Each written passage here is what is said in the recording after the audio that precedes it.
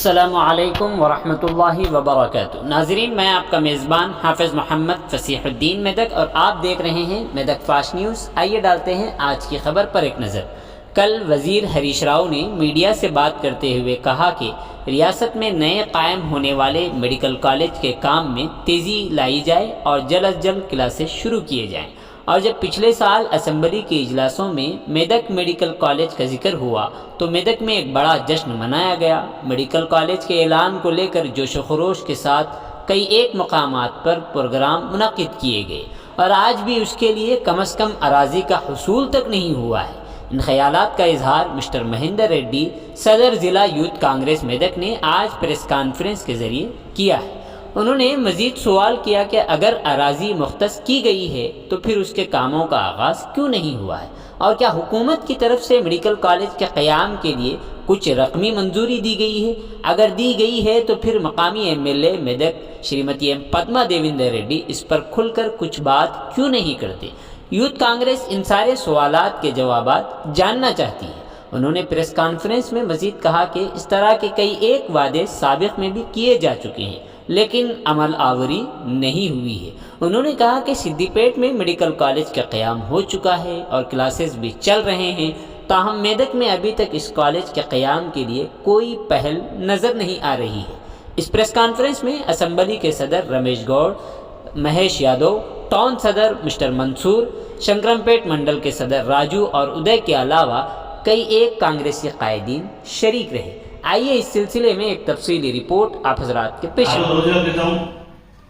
రాష్ట్ర ఆరోగ్య శాఖ మంత్రి హరీష్ రావు గారు మాట్లాడుతూ రాష్ట్రంలో నూతనంగా వచ్చినటువంటి 9 మెడికల్ కళాశాలల్లో సిబ్బంది అదేవిధంగా విద్యార్థుల యొక్క అవసరాలపై దృష్టి సారించాలని ఏకంగా తన పత్రికా మీడియా సమావేశం పెట్టి మాట్లాడడం జరిగింది। ఈ సందర్భంగా స్థానిక ఎమ్మెల్యే అయినటువంటి పద్మా దేవేందర్ రెడ్డి గారిని యువజన కాంగ్రెస్ పక్షాన్ని అడుగుతున్నాం।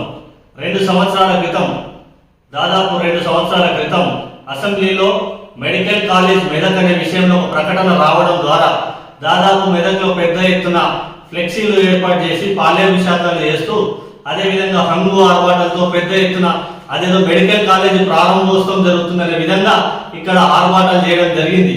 మరి అదే విషయాన్ని ఈరోజు సూటిగా ప్రశ్నిస్తున్నాం। 2 సంవత్సరాలు గడుస్తుంది కదా, మీరు మెడికల్ కాలేజ్ విషయంలో తీసుకున్నటువంటి చర్యలు ఏమున్నాయని అడుగుతున్నాం। ఎక్కడైనా ల్యాండ్ అక్విజిషన్ చేశారా? ఆ అక్విజిషన్ సంబంధించి ఎంత ల్యాండ్ సేకరించారు? ఆ సర్వేకి సంబంధించి ఏమైనా ప్రభుత్వం నుండి డబ్బులు శాంక్షన్ అయ్యా? అంతేకాకుండా మీకు అసలు ప్రభుత్వం మెడికల్ కాలేజ్ మంజూరు చేస్తున్నట్టు ఎక్కడైనా మీకు ఒక ఉత్తర్వు జారీ చేసినటువంటి పేపర్ కానీ ఇంకేదైనా ఉంటే ప్రజలకు రిలీజ్ చేయాలని సందర్భంగా డిమాండ్ చేస్తున్నాం। అదేవిధంగా తెలంగాణ రాష్ట్రం అనేది పక్కనే ఉన్న సిద్దిపేటకు కానీ మనకు కానీ ఒకేసారి 2014లో రావడం జరిగింది। మరి అక్కడేమో మెడికల్ కాలేజ్ ప్రారంభోత్సవం అయింది, క్లాసులు కూడా జరుగుతున్నాయి। మరి మన మెదక్కు సంబంధించిన మెడికల్ కాలేజ్ ఎందుకు ఇప్పటి వరకు కూడా ల్యాండ్ అక్విజిషన్ కూడా కాలేదు అని సూటిగా అడుగుతున్నాం। ఇంతటి అబద్ధాలు చెప్తూ ప్రజలను మోసం చేస్తూ ఎందుకు ప్రజలను ఇంత అనాలోచితమైన నిర్ణయాలతో మీరు ముందుకు పోతున్నారని సూటిగా అడుగుతూ మరి ప్రజలను మోసం చేయాలన్న ఒకే ఒక్క ఉద్దేశంతో ఇక్కడ ఉన్న ప్రజలు అమాయకులని ప్రతిరోజు ఒక్కొక్క కొత్త అబద్ధాలు చెప్తూ ప్రజలను మీరు మోసం చేస్తారు। కాబట్టి ఈ సందర్భంగా యువజన కాంగ్రెస్ పక్షాన మేము సూటిగా మిమ్మల్ని మరొకసారి అడుగుతున్నాం, మా మెదక్ మెడికల్ కాలేజీ ఏమైంది, ఎటు పోయింది, మరి ఎందుకు ప్రజలను మోసం చేస్తూ అంత పెద్ద ఎత్తున ఆర్భాటాలు చేయడం జరిగింది? వెంటనే స్థానిక ఎమ్మెల్యే గారు ఈ మెడికల్ కాలేజీపై స్పందించాలని ఈ రోజు యువజన కాంగ్రెస్ పక్షాన మరొకసారి మేము డిమాండ్ చేస్తున్నాం।